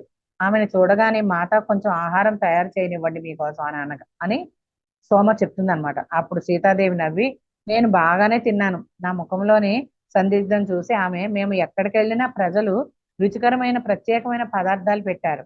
ప్రపంచంలో అన్ని భాగాల నుంచి ఆహారం రుచి చూసా నేను. ఎంతో ధాతృత్వం, మంచితనం, వన సంరక్షణ, జంతు వృక్ష జీవరాశుల సంరక్షణ ఉంది. భూమి పట్ల అనంతమైన ప్రేమ కలిగిన వారు ఎప్పుడూ ఉన్నారని, ఇక్కడ జీవనాన్ని సంరక్షించి శ్రద్ధ చూపేవారు ఎప్పుడూ ఉన్నారని, అక్కడ జీవనాన్ని సంరక్షించి శ్రద్ధ చూపేవారు ఎప్పుడూ ఉన్నారని ఇప్పుడు నేను తెలుసుకున్నాను అని చెప్తుందంట సీత. నేను అక్కడ బాగానే తిన్నాను, వాళ్ళు అందరూ నాకు చాలా బాగా పెట్టారు, ఇవన్నీ నేను అక్కడ అందరూ చక్కగా చూసుకునే వాళ్ళు ఉన్నారని నేను తెలుసుకున్నాను అని చెప్తుందంట సీతాదేవి. అయితే ఆమె ఏమీ వివరించలేదు అంట. బహుశా హనుమంతుడు నాకు ముందే చెప్తూ ఉంటాడని భావించి ఉంటుంది. అంటే ఇదంతా రాములు వారు రావడం, సీతాదేవిని తీసుకెళ్ళడం, అన్ని తిరగడం ఇదంతా అయితే ఆమె ఏమి సోమకు చెప్పలేదంట. హనుమంతుడు ఆల్రెడీ చెప్పేసి ఉంటాడు అని అనుకొని ఉంటుందని సోమ అనుకుంటుంది అనమాట. ఆమె పిల్లల గురించి అడిగిందంట. పిల్లలు ఏం చేస్తున్నారు అని చెప్పి సీతాదేవి అడుగుతుంది సోమని. భూమి చుట్టూ మాత ప్రయాణించిన తర్వాత కొద్ది రోజుల్లోనే మొత్తం అంతా సర్దుకుందంట. కొన్ని వారాల తర్వాత శ్రీరాముడు వచ్చాడంట. శ్రీరాముడు ఇదంతా అయిన కొన్ని వారాలకి శ్రీరాముడు వస్తాడంట. రాత్రి భోజన సమయంలో పులి చేత చంపబడ్డ పిల్లవాని కుటుంబాన్ని దర్శించినందుకు కృతజ్ఞతలు చెప్పాడట సీతాదేవికి. ఆయన రాగానే ఏం చేశాడు, ఎలా ఉన్నావు సీత అనగానే, మీరు అందరూ ఎలా ఉన్నారో, బాగున్నారా, మనం ఏమైతే అయ్యి అడుగుతాం. ఆయన ఏమన్నాడు, ఆ పులి చేత చంపబడ్డ పిల్లవాని కుటుంబాన్ని దర్శించినందుకు సీతాదేవికి కృతజ్ఞతలు చెప్పాడట. ఆ వార్త రాజ్యం అంతా వ్యాపించింది. ప్రతి పౌరుడు అతడు లేక ఆమె శ్రద్ధగా చూపబడాలని భావించాలి అని వారు పట్టించుకుంటే మనం పట్టించుకోబడతాం. నువ్వు ఈ ఉదాహరణను నెలకొల్పావు. ఆ తల్లికి నువ్వు అద్భుతమైన బహుమతినిచ్చావు. తన బిడ్డను కోల్పోయిన తల్లికి ఓదార్పివ్వడం కంటే మించిన సేవ ఏమీ లేదు. రాజ్యం అంతా ఇలాగే చెప్పుకుంటున్నారని శ్రీరాముడు సీతాదేవితో చెప్తున్నాడు అనమాట. కానీ ఒక పని చేయాలి అందంట సీత. కానీ ఇదంతా బాగానే ఉంది కానీ ఒక పని చేయాలని చెప్తుంది అనమాట. అయితే ఏమన్నది, వీటన్నిటికీ కారణం అయోధ్య నుంచి వచ్చిన ఒక వేటగాడు బుద్ధి లేకుండా పులిపిల్లను చంపటమే. ఇదంతా జరగడానికి కారణం ఏంటి, అయోధ్య నుంచి వచ్చిన ఒక వేటగాడు పులిపిల్లను చంపడమే బుద్ధి లేకుండా అని చెప్తుంది. ముందు అతడు దానిని పట్టుకోవాలని ప్రయత్నించాడు. అతనికి వీలు కాకపోవడంతో దాన్ని చంపేశాడు. ఆ చంపడం కూడా ఆహారం కోసం కాదు, ఆనందం కోసం, జంతు సామ్రాజ్యంపై అదుపు సాధించడం కోసం. ప్రకృతికి మనిషికి మధ్య సామరస్యం నెలకొల్పే విధానం ఇది కాదు అని అని సీతాదేవి చెప్పగానే శ్రీరాముడు కూడా సరిగ్గా చెప్పావు. అయోధ్య శక్తి సామర్థ్యాలు విస్తరిస్తున్న కారణంగా కొందరు వ్యక్తులు తమ హద్దులను దాటి ప్రకృతి నియమాలను ఉల్లంఘిస్తున్నారు. వేట అనేది ఇప్పుడు నియంత్రించబడి అవసరమైన దానికి మాత్రమే తీసుకొని ఆటవిక జాతులకే పరిమితమైంది. ప్రతి గ్రామం అడవిలోని ఒక భాగాన్ని మాత్రమే ఉంచుకోవాలి, మిగిలింది జంతువులకు మాత్రమే. పత్రి సార్ ఏం చెప్తారు? అవి తిన్నాకే, మొక్కలకి పురుగులు ఉన్నా సరే అవి తిన్నాక మిగిలిందే మనకే అని చెప్తారు. అంటే ఆయన చూడండి, రాముళ్లాగా కృష్ణుడిలాగా అన్ని మనకు చెప్తూనే ఉన్నాడు. ఇక్కడ రాముల వారు కూడా అదే అన్నాడు. అడవిలోనంట ఒక కొంచెం భాగం మాత్రమే అటవిక జాతులకంట, మిగిలిన గ్రామం అంతా అడవిలో ఒక భాగాన్ని మాత్రమే ఉంచుకోవాలట వాళ్ళు, మిగిలింది జంతువులకే. అక్కడ మనుషులను ప్రశ్నించకూడదు, మిగిలిందంతా జంతువులకే, అక్కడ మనుషులు ప్రశ్నించకూడదు. మనం మనుషుల అవసరాలతో పాటు మిగిలిన జీవుల అవసరాలను కూడా సంతులనంలోకి తెచ్చే నిబంధనలను ఏర్పాటు చేయాలి అని చెప్పి సీతాదేవి అలా చెప్తే రాముడు సీతాదేవికి ఇలా చెప్తున్నాడు అనమాట. ఒక సంవత్సరానికో ఆ తర్వాత ఒక సంఘటన జరిగిందంట. ఇది జరిగిన ఒక సంవత్సరానికో ఎప్పుడో ఏం జరిగిందంటే, అది మాత ఇక్కడ ఉందన్న విషయాన్ని అయోధ్య ప్రజలకు తెలిసిపోయిందట. ఏంటి ఆ సంఘటన ఏదైతే జరిగిందో అప్పుడు తెలిసిందంట, సీతాదేవి అయోధ్యలో లేదు ఇక్కడ ఉంది అని ఆ ప్రజలకి. ఆ సంఘటన ఏంటో చూద్దాం. లవకుశులు ఇప్పుడు ఎక్కువ సమయాన్ని ఆశ్రమంలో విద్యాభ్యాసంలోనే గడుపుతున్నారట. అందువల్ల మేము చాలా తీరికగా ఉన్నామని చెప్తుంది సోమ. ఒకానొక సాయంత్రం సీతాదేవి అరణ్యం నుంచి ఔషధ మొక్కలు సేకరించుకొని తిరిగి వస్తుండగా ఆశ్రమ బోధకులలో ఒకరు పరిగెత్తుకుంటూ రొప్పుతూ భయపడుతూ మా కుటీరం వద్దకు వచ్చాడు. తమ గురువు గారికి అత్యంత సన్నిహితులైన ఒక కుటుంబంలోని తల్లి కుమార్తె పెళ్లి కోసం ఆశీస్సులు తీసుకోవడానికై రథంపై ఆశ్రమం వైపు వస్తున్నాడట. గురువు గారు ఆశీస్సులు తీసుకుందాం అని. ఒక పెళ్లి కుమార్తెకి ఒక పెళ్లి కుదిరిందని చెప్పి వాళ్ళందరూ గురువు గారు ఆశీర్వాదం తీసుకుందని ఆశ్రమానికి వస్తున్నారట. అయితే వస్తుంటే ఏమైంది, దానిని దొంగలు ఎదుర్కొని సేవకులను చంపేసి కుమార్తెకు హాని కలిగించారట. అయితే తల్లి కూతురు ఇద్దరు పడిపోయి స్పృహ కోల్పోయి ఉన్నారట. గురూజీ తిరిగి వచ్చి అది చూస్తే ఆగ్రహానికి లోనవుతారు అని ఆశ్రమ బోధకుడు గురువు గారు గనక ఇదంతా చూస్తే కోపానికి గురవుతారు, కాబట్టి వారు ఎక్కడ ఉన్నారు అని చెప్పి గబగబా వచ్చి ఒక అతను చెప్తాడనమాట. అయితే నా దగ్గరికి వెంటనే తీసుకురండి అని నొక్కి చెప్తుంది అనమాట సీతాదేవి. తల్లి కూతుర్ని వెంటనే కుటీరం వద్దకు మోసుకొస్తారనమాట. కూతురు దుస్తులు చిరిగిపోయి ఉన్నాయి, ఆమె నుంచి రక్తం కారుతుంది, శ్వాస మందగించి అసాధారణంగా ఉండి ఆమె బ్రతుకుతుందా అని భయపడేటట్టుగా ఉందట. భయపడిందట సోమ. అసలు ఆమె బ్రతుకుతుందా అని అంత దుర్బలస్థితిలో ఉందన్నమాట. మేము ఒంటరిగా ఉన్నప్పుడు మాతవారిని పరిశీలించి తల్లి బాగానే ఉంది కానీ కుమార్తెకు తీవ్ర గాయాలయ్యాయి, ఆమె అనేక సార్లు చెరచబడింది. మాత తల పంకిస్తూ ఔషధాల బుట్ట తీసుకురా, అదృష్టవశాత్తు ఇవాళ అవసరమైన వాటిని ఎందుకో తెలియకుండానే ఇవాళ నేను ఏది అవసరమైతే అయ్యే సేకరించి తెచ్చాను, ఆ ఔషధాలు ఉన్న బుట్టని ఇటు తీసుకురా అని చెప్తుంది అనమాట. అయితే మాత ఔషధాన్ని తయారు చేస్తుండగా నేను ఆ బాలికను శుభ్రం చేశాను. ఆమె పొట్ట భాగంలో రుద్దుతూ అనేక గంటల పాటు నోటిలోకి కొంత పానీయం పోసే ప్రయత్నం చేశాను. గంటల పాటు అంట. ఆ రాత్రి మాత నన్ను పిల్లల్ని పడుకోబెట్టడానికి పంపి కుమార్తెను గమనిస్తూ కూర్చుందంట. పిల్లల్ని నిద్రపుచ్చి వచ్చేసరికి ఆమె ఆ బాలిక పక్కన ధ్యాన స్థితిలో కూర్చొని వినిపించినట్లుగా మంత్రాలనేయో ఉచ్చరిస్తూ ఉందంట సీతాదేవి ఆ బాలిక పక్కన కూర్చొని. అనేక గంటల పాటు ఆ విధంగా జరిగిందంట. నేను ఆ మందులతో ఆ బాలిక పొట్టపై రుద్దసాగాను. నేను పడుకునేదాన్నే కానీ బయట నుంచి ఒక పిలుపు వలన మేల్కొన్నాను. తెల్లవారి ఆ బాలిక మీదకు వంగి ఆమె శ్వాసను గమనించడం చూశాను. సీతాదేవి తెల్లారేసరికి ఆ అమ్మాయి పైన ఉండి శ్వాసను గమనిస్తూ ఉందట, ఆమెకి శ్వాస ఆడుతుందా లేదా అని. ఆమె బతికి బట్ట కట్టబోతోంది అందంట అమ్మ సీతాదేవి సన్నటి నవ్వుతో. ఆమె శ్వాస తిరిగి సాధారణ స్థితికి వచ్చిందంట. బయటేమో గోల ఎక్కువైందంట. మాత ఒక వింత వ్యక్తీకరణతో బిగ్గరగా అరుస్తూ లేదు అని చెప్పి ఒక వింత స్వరం అనమాట, మాత స్వరంలా లేదట, లేదు అని గట్టిగా అరుస్తుందంట. ఏం జరుగుతుందో నాకు తెలిసే లోపే ఆమె వెళ్ళిపోద్దట. ఒక మెరుపులాగా గాలి తరంగాలాగా ఒక్క క్షణంలో ఆ బాలిక పక్కన మా కుటీరంలో కూర్చొని ఉన్న ఆమె మరుక్షణంలో బయట ఉంది. ఆమె తలుపు వద్దకు పరిగెత్తుకు వెళ్ళి నేల మీద పడిన ఇద్దరు మనుష్యులు ఎదురుగా వారిని రక్షిస్తున్నట్టుగా నిలబడి ఉండడం నేను చూశాను. గురూజీ ఆమె ముందు చెయ్యి ఎత్తి శపించబోతున్నట్లుగా నిలబడ్డాడట. ఎవరో ఇద్దరు మనుషులు, వాళ్ళని గురువు గారు శపిస్తున్నట్లుగా ఉందంట. అయితే నేను మాట స్వరం విన్నాము. అయితే అది ఆమె భౌతిక శరీరం నుంచి వచ్చినట్లుగా లేదు, అది ఆకాశం నుంచి భూమి నుంచి, వృక్షాల నుంచి, ప్రతి జీవ చైతన్యం నుంచి వచ్చినట్లుందంట సీతాదేవి ఒక ఆ అరుపు లాంటి ఒక మాట అన్నమాట. లేదు లేదు, అది అది ఎలా ఉందంటే, లేదు లేదు, ఇది శాపాలు ఆ, అంతరించే సమయం అని చెప్పి గట్టిగా అరిచిందంట. ఎక్కడి నుంచి వచ్చింది ఆ మాట? ఆమెలోంచి వచ్చినట్టుగా లేదట. ఆ వృక్షాల నుంచి, జీవ చైతన్యం నుంచి, భూమి నుంచి, ఆకాశం నుంచి వచ్చినట్టుగా ఉందంట. అంత గట్టిగా పెద్దగా అంటుందంటే, లేదు లేదు, ఇది శాపాలు అంతరించే సమయం అని చెప్పి అరుస్తుందంట. అయితే నేను గురూజీ అక్కడ స్థాణువులా కదలకుండా బిగుసిపోయి ఉండడంతో ఆ పాట అప్పుడే అక్కడికి వస్తున్న శ్రీరాముడిని కూడా చూశారట. కొన్ని క్షణాల తర్వాత గురూజీ తన చేతిని శపించకుండా దించేశాడంట. అది నేను తెలుసుకునే లోపు మాత కుటీరంలోకి వెళ్ళి కిటికీ దగ్గర నా వైపు వీపు పెట్టి నిలబడి ఉందంట. ఆమె శరీరం అంతా గొప్ప శక్తితో వణుకుతూ ప్రకంపిస్తూ ఉందంట. ఆమె శరీరం నుంచి వెలువడుతున్న శక్తి ఎంత తీవ్రంగా ఉందంటే నేను ఆమెను కనీసం చేరలేకపోయాను. దాదాపు అరగంట తర్వాత శ్రీరాముడు కుటీరంలోకి వచ్చాడు. నేను ఆమె వద్ద ఉండాలో లేదో నాకు తెలియలేదు. ఏం జరుగుతుందో నాకు అర్థం కాలేదు. కానీ ఆ బాలికను రక్షిస్తూ ఉండాలని తెలిసి ఆమె పక్కనే ఉండిపోయాను. శ్రీరాముడు తలుపు దగ్గర కొన్ని నిమిషాలు నిలబడ్డాడు. మాత అయితే తిరిగి చూడలేదు, పలకరించలేదు. జరిగినది ఆమెను భయంకరంగా కల్లోలపరిచింది. ఆమె శరీరంలో విద్యుత్ ప్రవాహాలు ప్రవహిస్తున్నట్లుగా వణికిందంట. ఆమె ఆ శక్తిని ఆహ్వానించిందంట. ఆ తల్లి కూతురు ఎలా ఉన్నారని శ్రీరాముడు ప్రశాంతంగా అడిగాడంట సీతాదేవిని.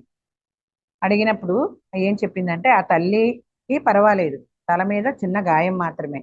కుమార్తె తీవ్రంగా గాయపడింది కానీ కోలుకుంటుందని సోమని అడుగుతాడు అనమాట. సీతాదేవిని పలకరించాల. సోమని అడుగుతాడు, ఏమైందే అని, ఆ తల్లి కూతురు ఎలా ఉన్నారని సోమని అడిగినప్పుడు సోమ చెప్తుంది అనమాట. తల్లికి అయితే పర్వాలేదు, తల మీద చిన్న గాయం మాత్రమే, కుమార్తె అయితే తీవ్రంగా గాయపడింది కానీ కోలుకుంటుందని చెప్పి సోమ చెప్తుంది అనమాట. ఆయన మాత వద్దకు వెళ్ళి ఆమె భుజంపై చేయి వేశాడు. ఆ చెయ్యి పడిన వెంటనే వణుకు, అప్పటిదాకా వణుకు ఉంది కదా శక్తి ప్రవాహంతో, ఆ వణుకు ఆగిపోయిందంట. శ్రీరాముడు చెయ్యి ఎప్పుడైతే భుజం మీద పడిందో సేవకులను పంపించినందుకు శిక్ష పడింది. దొంగతనం చేసి ఆ బాలిక పైన జరిగిన అత్యాచారం గురించి ఏ సమాచారము లేదు. మాత అతని వైపు చూడడానికి వెనక్కి తిరిగిందంట. రాముడు ఇదంతా చెప్పాడు అనమాట. చెప్తే మాత అతని వైపు వెనక్కి తిరిగిందంట. నేను ఆ ముఖంపై కదలాన్ని ఇబ్బందిని చూడగలిగాను. ఆయన కొనసాగిస్తూ, నువ్వు చేసింది సరైనదే. ఇంతకు ముందు కారణ పరిణామాన్ని అమలుపరచడానికి న్యాయం కోసం శాపాలు అవసరమయ్యాయి. కానీ సీత, ఇప్పుడు శాపాల సమయం ముగిసిపోయింది. నువ్వు చెప్పింది సత్యం. కేవలం కోపం వల్ల అనేక శాపాలు ఇవ్వబడ్డాయి, న్యాయం కోసం కాదు. కోపం వల్లే ఇవ్వబడ్డాయి, న్యాయం కోసం కాదు. ఆ బాలిక అనేక సార్లు చెరచబడింది. సీత నెమ్మదిగా చెప్తుందంట. రాముడు ఇలా చెప్తుంటే సీతాదేవి ఏం చెప్పిందంటే, ఆ బాలిక అనేక సార్లు చెరచబడింది అని సీత నెమ్మదిగా అన్నదంట. కానీ ఆమెకు ఆ విషయం జ్ఞాపకం లేదు. ఆమె శరీరంపై ఆ గుర్తులు లేవు. ఆమె తల్లికి కూడా ఆ జ్ఞాపకం ఉండదు. వారు పూర్తిగా స్వస్థులు అవుతున్నారు. నిజంగా ఏం జరిగిందో ఎవరికి తెలియకూడదు కూడా. దాంతో ఆమె పెళ్లి నిరాటంకంగా, అంటే పెళ్లి కుదిరింది, ఆ పెళ్లి కోసం ఈ గురువుగారి ఆశీర్వాదం కోసం వస్తున్నారనమాట. ఆ పెళ్లి కుదిరింది కాబట్టి అదంతా ఇలా జరిగింది. కానీ వాళ్ళకి ఇదేమీ గుర్తులేదు. గుర్తు లేకపోవడమే మంచిది. ఆమె పెళ్లి నిరాటంగా జరిగిపోతుందని సీతాదేవి శ్రీరాముడితో చెప్తుందనమాట. శ్రీరాముడు సరే అని తల ఊపుతాడు. మాత విచారగ్రస్త స్వరంతో, ఒకానొక బాలిక ఆమె పొరపాటు ఏమీ లేకపోయినా చెరచబడినప్పుడు సమాజం ఆమెను తిరస్కరిస్తుంది. ఆమె జీవితం నాశనం అవుతుంది. ఇది అన్యాయం. అది అజ్ఞానం సీత. అజ్ఞానం అలా చేయిస్తుంది. దానికి పరిష్కారం ఒకటే, అజ్ఞానాన్ని పారద్రోలడమే. ఆ విధమైన దుశ్చర్యలు మానవ సమాజపు తొలినాళ్ల నుంచి సంభవించాయి. ఇప్పుడు కొత్తగా జరిగింది ఏం కాదు, తొలినాళ్ల నుంచి ఉన్నాయి అవి. అయితే గతంలో ఇది మోహం వలన, తమ వ్యామోహంలపై అదుపు లేకపోవడం వల్ల జరిగేది. అయితే సీత నిట్టూరుస్తుంది అనమాట. ఇది భిన్నమైనది, ఇది అలా జరిగింది కాదు, ఇది భిన్నమైనది. ప్రతీకారం తీర్చుకోవడం కోసం జరిగింది. వారిద్దరికి ఈ కుటుంబంపై పగ ఉంది. ద్వేషంతో వారు ఈ భయంకరమైన పలికి పాల్పడ్డారు. వారు ఆ కుమార్తెను నాశనం చేసి తండ్రి వద్దకు తీసుకెళ్దాం అనుకో, అంటే వాళ్ళకి పగలున్నాయి. సాధారణంగా మనుషులు ఏం చేస్తారు, తీవ్రమైన వ్యామోహంతో ఆడపిల్లలకి పడి బలాత్కారం చేస్తారు. కానీ ఇది ఇక్కడ అలా జరగలేదు, దానికి భిన్నంగా జరిగింది. వాళ్ళకి ఏదో పగ ఉంది, ఈ అమ్మాయిని పాడు చేసి తన తండ్రి దగ్గరికి తీసుకెళ్దాం అంటున్నారు ఆ పగ వల్ల అని ఇలా చేయాలనుకున్నారు. ద్వేషంతో వాళ్ళు ఈ భయంకరమైన పనికి పాల్పడ్డారు ఆ కుటుంబంపై. కాబట్టి పగ ఉంది వాళ్ళకి. వారు ఈ కుమార్తెను నాశనం చేసి తండ్రి వద్దకు తీసుకువెళ్ళి వెళదాం అనుకున్నారు. ఇది మానవ స్వేచ్ఛ దుర్వినియోగం చేసుకోవడంలో కొత్త పద్ధతి. అయితే ఆమె కొన్ని నిమిషాలు మౌనంగా నిలబడి ఇలా అందంట, ఆ ఇద్దరు మనుషులకు చిన్న కుమార్తెలు ఉన్నారు. ఎవరైతే ఇచ్చేసారో వాళ్ళకి చిన్న కుమార్తెలు ఉన్నారట. గురూజీ వారి కుటుంబాలను శపించబోతున్నారు. ఎవరైతే ఇద్దరు మనుషులు ఈ అమ్మాయిని ఇలా చేశారో వాళ్ళకు కూడా ఇద్దరు చిన్నపిల్లలు ఉన్నారు. అయితే గురూజీ వారి కుటుంబాలను శపించబోతున్నారు. ఆ శాపం వారి వరకు విస్తరిస్తుంది. ఈ మనుషులు వారి శిక్షణ అనుభవించాలి. ఎవరైతే తప్పు చేశారో వాళ్ళైతే అనుభవించాలి శిక్షను. కానీ వాళ్ళ కుటుంబాలు శిక్షకు గురి కాకూడదు కదా. తండ్రి చర్యలకు కుమార్తెలు ఎందుకు ఇబ్బంది పడాలి అని చెప్పి అనగానే శ్రీరాముడు చెప్తున్నాడు అనమాట. ఇప్పుడు సమాజంలో ప్రబలుతున్న నూతన ఆలోచన విధానాన్ని వ్యాపింపచేసిన రావణుణ్ణి మనం నిరోధించలేకపోయాం. మనుషులు ప్రకృతిపై అదుపు సాధించడం నేర్చుకున్నారు. వాళ్ళు అలా నేర్చుకున్నట్లే మగవారేమో స్త్రీలపై కూడా అదుపు సాధిస్తారు. అది రాబోతున్న చీకటి యుగాలలోని లక్షణం. కానీ అది కూడా వెళ్ళిపోతుంది. కాలం రాబోయే చక్రాల గుండా కదిలి తాను కోల్పోయిన జ్ఞానాన్ని తిరిగి పొందగలిగే వరకు మనం ప్రపంచాన్ని రక్షించే ఆలోచన నమూనాలను పాదుకోవాలి. అయితే శ్రీరాముడు కొనసాగిస్తే ఏం చెప్పంటే, సీత శక్తి ఈ లోకం వదిలి వెళ్ళిన తరువాత స్త్రీలు మాత్రమే ఇబ్బందికి గురి అవ్వరు, మొత్తం ప్రకృతి అంతా ఇబ్బందికి గురవుతుంది. రాబోయే కాలంలో మనిషికి ప్రకృతికి మధ్య వేర్పాటు ఏర్పడి ఈ ప్రపంచాన్ని పాలిస్తున్న దేవీ దేవతలను వారికి కనిపించనీయదు. అంటే అంత ఇదిగా అనమాట చేస్తారు మనుషులు రాబోయే కాలంలో. ఆ దేవీ దేవతలు కూడా కనిపించనీయదనమాట. వారు నదులు పర్వతాలు సజీవమైనవి అన్న విషయాన్ని కూడా మర్చిపోతారు. నదులు కూడా తమ ఉనికిని మరిచిపోతాయి. ఎంతో జ్ఞానం కోల్పోబడుతుంది. పురుషులు స్త్రీలు శక్తి స్వరూపులు జీవశక్తి రూపాలే అన్న విషయం కూడా మర్చిపోతారు. స్త్రీలు కూడా దానిని మర్చిపోతారు అన్న ఈ శక్తి ఈ ప్రపంచాన్ని పునరుద్ధరించగల సమయం కోసం సహనంగా ఎదురు చూస్తుంది. ఇదంతా జరగబోతుంది. శక్తి ఏమో ఇదంతా సహనంగా ఎదురు చూస్తుంది. దీన్ని పునరుద్ధరించడం కోసం ఈ శక్తి ఏమో సహనంగా ఎదురు చూస్తూ ఉంటుందంట. మనం అందుకోసమే వచ్చాం సీత. మానవాళిలో ఈ జ్ఞాపకాన్ని పరచడం కోసమే మనం వచ్చాం. సరైన సమయంలో కాలచక్రం తిరుగుతున్నప్పుడు ఈ జ్ఞానం తిరిగి ఉద్భవిస్తుంది. ఈ లోకానికి మళ్ళీ మనం తిరిగి వస్తాం. నువ్వు నేను ఈ పదార్థ ప్రపంచాన్ని తిరిగి మళ్ళీ వచ్చి మేలుకొలుపుతాం. ఆయన ఇటు తిరిగి ఆమెను చూస్తూ నవ్వాడనమాట. మాత పడకపై పడుకున్న తల్లి కదులుతూ ఉంది. ఆమె కళ్ళు చికిలించి చూస్తూ ఏదో శబ్దం చేసింది. మాత ఏమో ఆమె వద్దకు వెళ్ళింది. కొన్ని నిమిషాల తర్వాత మాతపై కళ్ళు నిలిపి నేను ఎక్కడ ఉన్నాను అని బలహీనంగా అడుగుతుందన్నమాట. మీరు ఇక్కడ ఆశ్రమంలో ఉన్నారు అని చెప్పగానే సీత బదులు చెప్తుంది, మీరు ఇక్కడే ఉన్నారు ఆశ్రమంలో, మీరు అదం ప్రమాదానికి గురై పడిపోయారు మీరు అని సీత చెప్పగానే మరి నా కుమార్తె అంటూ పడక మించి లేవబోయిందంట. ఆమె కూడా ఇక్కడే ఉంది, ఇంకా కోలుకోలేదు, కానీ బానే ఉంది. సీత వారితో మాట్లాడటం కోసం శ్రీరాముడు బయటకు వెళ్తాడు అనమాట. ఇంకా ఆ తల్లి లేచింది కదా, కూతురు గురించి అడుగుతుంది. సరే వాళ్ళు మాట్లాడుకోవాలని చెప్పి రాముల వారు బయటకు వెళ్ళిపోయారట. ఆ రాత్రి ఆ తల్లి కూతుళ్ళ పరిస్థితి చూడడానికి గురూజీ వచ్చాడనమాట. మాత తాను మధ్యలో కలగజేసుకున్నందుకు క్షమాపణ కోరబోగా ఆయన వారిని నివారించాడంట. మీరు చేసింది సరైనదే అని వినయంగా బదులు ఇచ్చాడంట. శిక్ష విధించడం అనేది మహారాజు చేయవలసిన పని. మీరు వారి పట్ల చూపిన శ్రద్ధకు నేను ఎంతో కృతజ్ఞతని. అంటే సాధారణంగా శిక్ష ఎవరు వేస్తారు? మహారాజు వేస్తాడు. కానీ ఆ పని సీతాదేవి చేసిందనమాట. నన్ను అలా ఆ మహారాజు చేయాల్సిన పని నేను కోపంతో చెప్పించాలని చూశాను. కానీ మీరు అడ్డుపడినందుకు, అలా చేయకుండా ఉంచినందుకు, ఆయన భాగంలో పాలు పంచినందుకు నేను కృతజ్ఞతుడిని. అయితే ఆమె తండ్రి నాకు సన్నిహితుడు, భక్తుడు. జరిగిన దానికి ఎంతో నిస్పృహ చెందాడు. మీ సహాయం లేకపోతే ఈ బిడ్డకు నేనేమీ చేయగలిగేవాడిని కాదు. కేవలం ఏముంది, ఆయన ధ్యానం చేసుకుంటాడు, వాళ్ళని ఆశీర్వదిస్తాడు, అంతే తప్ప ఇదంతా ఏం చేయలేడు కదా. సీతాదేవి ఎంతో కరుణతో వాళ్ళిద్దరిని అట్లా చూసింది. ఇంకా చూడండి ఏం జరిగిందో. ఆ సీతాదేవి ఆమె బాధని ఆమె తీసేసుకుంటుంది అనమాట. ఆమె పైన గాయం ఏర్పడుద్ది పొట్ట మీద. కొన్ని రోజులు ఆగండి, అప్పుడు వారి ఇంటికి వెళ్ళగలరు. తర్వాత విషయాలు తర్వాత కొనసాగించవచ్చు అని చెప్పి నేను వారిని ఆశ్రమం వద్దకు తీసుకెళ్ళవచ్చా అని అడిగాడట. అయితే మాత సరే అందంట. ఆ బాలికకు తాను నయం చేసిన గాయము మాత శరీరంపై ప్రత్యక్షం అవ్వబోతుందని ఆమె గుర్తించిందని నేను అనుకున్నాను. అంటే సీతాదేవి ఏదైతే ఆ అమ్మాయికి, ఇప్పుడు చూడండి కర్మలు తీసుకుంటారు కదా, జీసస్ క్రైస్ట్ కానీ మన పత్తిసారి కానీ, కర్మలు చాలా కర్మలు మనం మోయగలిగినంతే మనకు ఉంచి మిగతా కర్మలు వాళ్ళు తీసుకుంటారు. సీతాదేవి కూడా అక్కడ అలాగే చేసింది అనమాట. ఆ అమ్మాయి యొక్క గాయాన్ని ఆమె పొట్ట మీద ప్రత్యక్షించుకుంది. అది తను గుర్తించింది, ఆ అమ్మాయి గాయం నా పొట్ట మీద ఉంది అని. అయితే గుర్తించింది సీతాదేవి అని చెప్పి సోమ అనుకుంటుంది అనమాట. ఆ సాయంత్రానికి మాత పొట్ట భాగంలో తీవ్రమైన నొప్పి రావడమే కాకుండా రక్తం కూడా కారసాగిందంట. అంటే ఆ అమ్మాయి యొక్క కర్మని, ఆ గాయాన్ని కూడా తీసుకుంది, ఆ నొప్పిని తీసుకుంది. ఆ అమ్మాయికి ఉండవలసిన ఆ గాయం ఆ సీతాదేవి పొట్ట మీద వచ్చి ఆ పొట్ట మించి రక్తం కారుతూ ఉందంట. చూడండి ఎంత కరుణో సీతాదేవికి. ఆ చెట్ల పట్ల, మనుషుల పట్ల, వృక్షాల పట్ల, భూమి పట్ల అంత కరుణతో ఉందన్నమాట.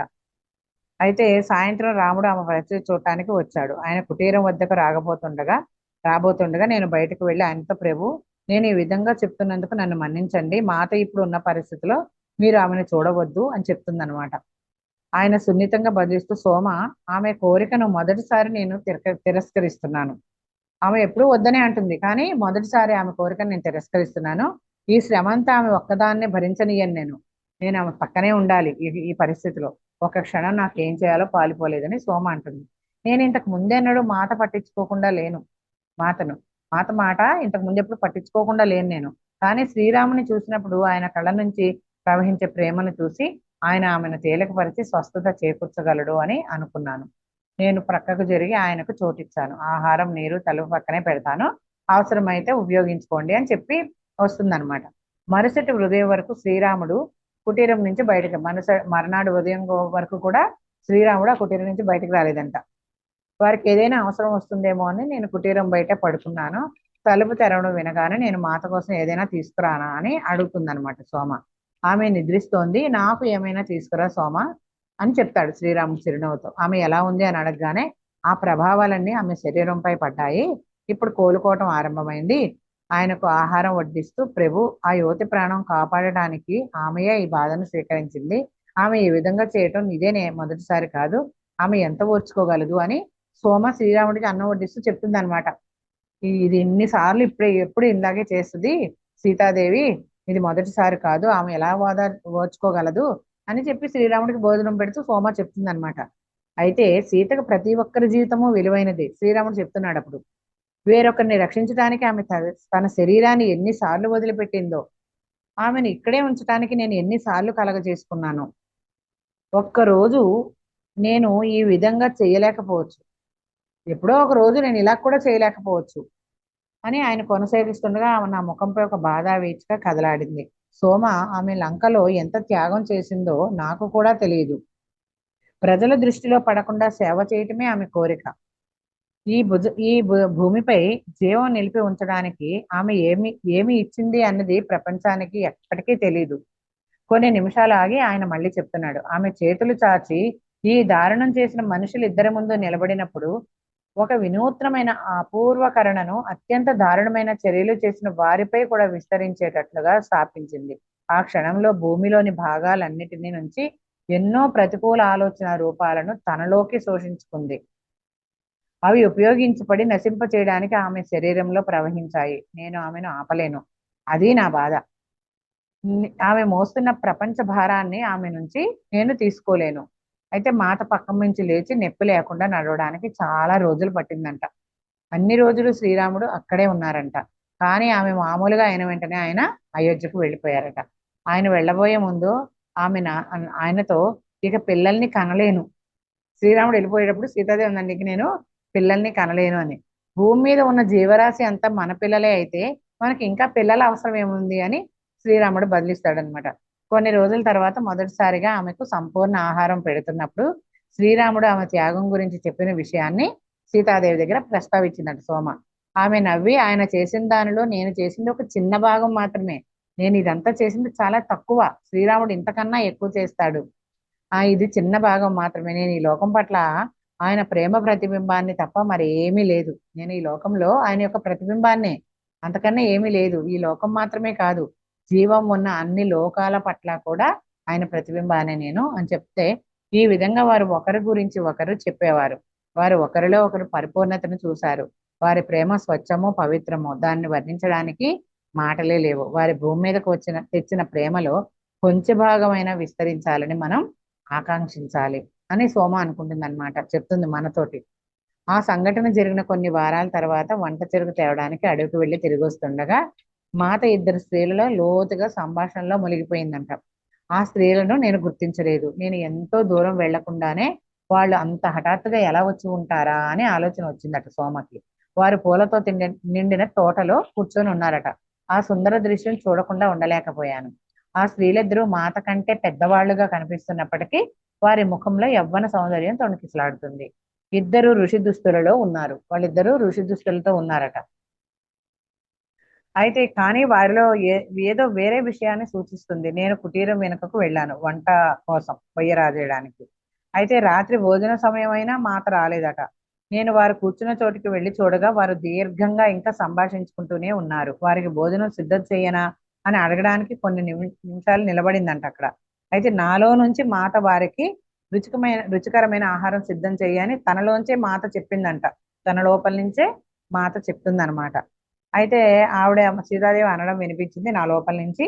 పొద్దున్నే తోట నుంచి సేకరించిన కూరగాయలు పోగు చేసి ముందు రోజు అడవి నుంచి తెచ్చిన మూలికలతో కలిపి వండసాగాను. ఆహారపు పరిమళం వారికి సోకి ఉంటుందేమో. వంట పూర్తి అవగానే వాళ్ళు నవ్వుకుంటూ వచ్చారని సోమ చెప్తుందనమాట. మాత ముఖంలో తానే వడ్డిస్తా అన్న భావం చూసి నేను వంటశాల దగ్గర వేరే పని చూసుకుంటున్నాను. ఆమె చూపుని భావాన్ని నేను చదవగలను. చీకటి పడే వరకు ఉండి ముగ్గురు అరణ్యంలోకి వెళ్ళి నేను చూస్తుండగానే ఆ స్త్రీలిద్దరూ అదృశ్యమైపోయారట. మా కుటీరం ముందు హఠాత్తుగా ప్రత్యక్షమై తిరిగి అదృశ్యమైన ఆ స్త్రీల గురించి నేను అడగకుండా ఉండలేకపోయాను. వారు అరుంధతి ఋషి, ఖ్యాతి మాతలు. ఆమె ఆశ్చర్యంగా ధ్వనించే స్వరంతో చెప్పిందంట. నువ్వు వాళ్ళను గుర్తించలేదా? నువ్వు వాళ్ళను పలకరించలేదేంటా అని అనుకున్నాను. వారు నేను చాలా క్రితం చూసిన ఒక ప్రతిజ్ఞను జ్ఞాపకం చేయడానికి వచ్చారు.